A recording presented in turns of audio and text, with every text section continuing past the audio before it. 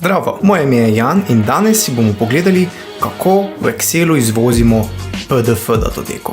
Če odpremo delovni zvezek Excel v PDF na listu Poročilo, vidimo, da smo pripravili tukaj analizo prodaje iz podatkov, ki so v drugih listih. Svojemu šefu bi lahko to poročilo posredovali kar tako preko zvezka, vendar lahko tisti, ki mu to posredujemo, vsebino še vedno spreminja obliko, kar pa definitivno ne želimo. Oblika PDF pa omogoča tudi lažje branje dokumenta in tiskanje.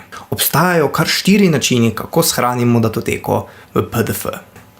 Lahko gremo pod zavihek datoteka, shrani kot, izberemo prebrskaj in pod vrsto datoteke izberemo PDF. Ko smo izbrali pot, kamor želimo shraniti, dajmo recimo na namizje, lahko stisnemo shrani. Če zdaj okno pomanjšamo, vidimo, da se nam je na namizju prikazala datoteka Excel v PDF, ki je pa ne moremo več spreminjati. Pa jo zbrišimo, ker bomo naredili datoteko še na en način.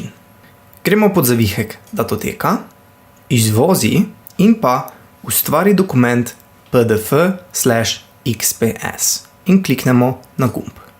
Spet izberemo pot, kamor želimo, da se shrani in kliknemo objavi. Na namizju se bo spet prikazala datoteka PDF.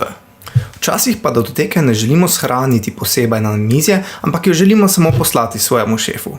Zato gremo pod zavihek datoteka, skupna raba in izberemo namesto tega priloži kopijo PDF.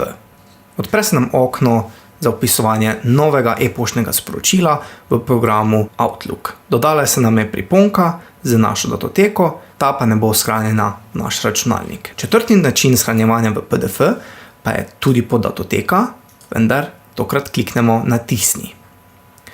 In v izbiri tiskalnika izberemo Microsoft Print to PDF. Tako da bo tokrat dejansko datoteko natisnil kot PDF. Ko kliknemo na tisni, izberemo pot, ime in pa shrani. Na namizju se nam bo tako prikazala datoteka z vsebino. Tako to je bilo za danes vse. Upam, da vam je bil video všeč. Upam, da smo se tudi kaj bolje slišali z novim mikrofonom. Če vam je bil video všeč, mu dajte thumbs up in ne pozabite spremljati tudi mojega Facebook kanala Office tečaji.